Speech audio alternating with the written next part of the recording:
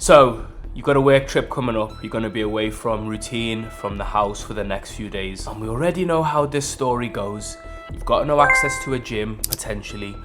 You've got no access to your normal routine and your normal nutritional plan. Secretly excited to wake up tomorrow and have that breakfast buffet where you can have all the croissants and all of the pastries in the world. And because you're away, especially being away from the missus, you're probably thinking that you can go have a few pints after you finish your conference or whatever it is that you're going away for work for the next few days. And then you're back at the back end of the week, you're going into the weekend, so you think, oh, I may as well just write this week off because I've not been able to be on plan at the earlier parts of the week. Now going into the weekend, I definitely can't be on plan, so I've got to start again on Monday. And this is one of the biggest killers that I see of especially men who are busy or on the road or traveling a lot, is they will be on plan for a few weeks and then for some reason, whenever your boss says that you're going away for a few days away, think, oh well, either I'm scared I'm going to throw everything out the window, or you're secretly excited because you're thinking, well, I can just do what I want and I've got the excuse because I'm not in my normal environment. And 9 times out of 10, it's just purely because you've not thought of an actual plan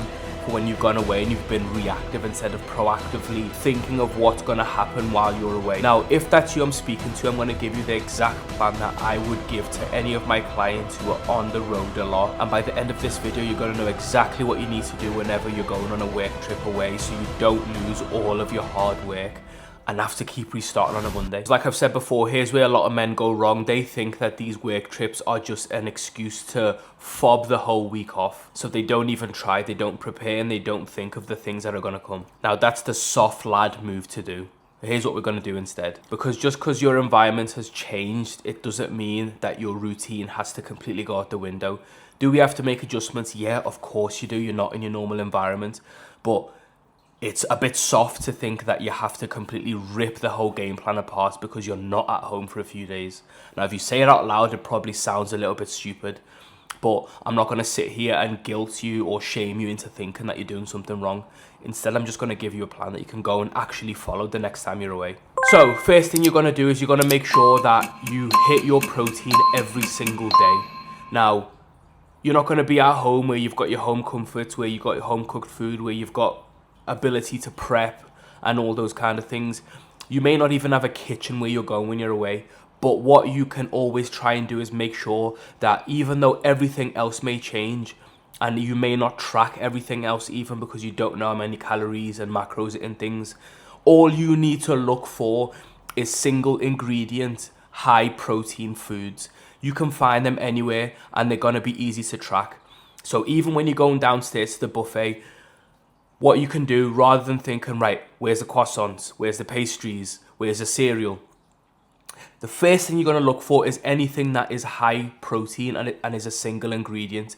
The reason I'm saying single ingredient is because it's going to be very easy for you to track this on MyFitnessPal, as opposed to having a meal that could be high protein, but you can't track it because you don't have the packaging. So just because you're staying in the Premier Inn for the next few days doesn't mean that you have to be a complete idiot and forget that you need protein in your diet. So walk right past the pastries, walk right past the cereal, walk right past everything else until you've gone and found the protein sources. You're probably going to find some eggs, you're going to find some bacon, some sausage.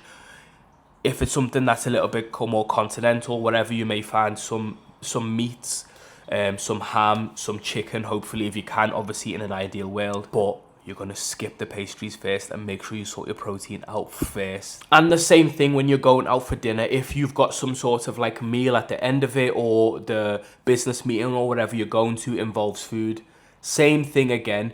When you're looking at the menu, skip everything else and just look for protein sources. Look for your chickens, your beefs, your fish, your lean cooked meats. Anything that is high in protein, and then you're going to build the remainder of your meal around that. And then the actual last resort, if you can't find any of them, good old Tesco meal deal will do for you, especially if it doesn't involve you, or your trip doesn't involve you going for food, for example. Then a good old Tesco meal deal, same thing again, look for your protein sources first, and then you can top these up with things like protein shakes, with protein bars. Obviously less than ideal, but your goal is to just make sure that you're hitting your protein for those days that you're away. And for a little bonus, if you want to be a little A-star student, just take something with you. Take high protein things with you that you can, if you have a fridge, that you can store it. If you don't have a fridge, just things that you can keep in your bag or in your hotel room. Protein bars, protein shakes, anything high protein. Or those like already cooked chickens that you can just like slap into like a sandwich or a pack of rice or whatever it is. You got something to take with you on the go. That's if you want to be a really A-star student, which I would always push for, obviously. Now, I'm not stupid. I know when you're away, you're going to be more tempted. You're out of your routine. You're not going to have as many like tools to put out the fires of like cravings and like just your environment being quite sporadic, and you may not know what's going to happen. So I'm not stupid in thinking that you have to be a little bit more flexible.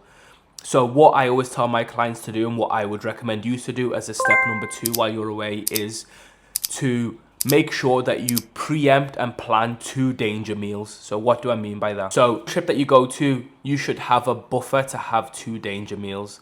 2 meals that are gonna come out of nowhere. Someone's gonna surprise you. Someone's gonna want you to go somewhere. You can't plan this, or you just want to cave in and have a little bit of indulgence. I would make room for 2 danger meals. What a lot of people do, and where people go wrong, is people don't plan this in before it, so they become very reactive. So they will not move, they'll not train, they'll not do their steps, they will not go for protein, as I said in the first example, and then they would just think, oh, whatever, I don't care, I'm away. Here's my excuse, let me just eat whatever I want. Whereas if you plan this before you go, you can actually put this into your calendar. So you could say, right, which is going to be what step 3 is in a sec, about how to make sure you can still stay active and train. But you can put this in where it's not going to throw you off. So you can plan this in.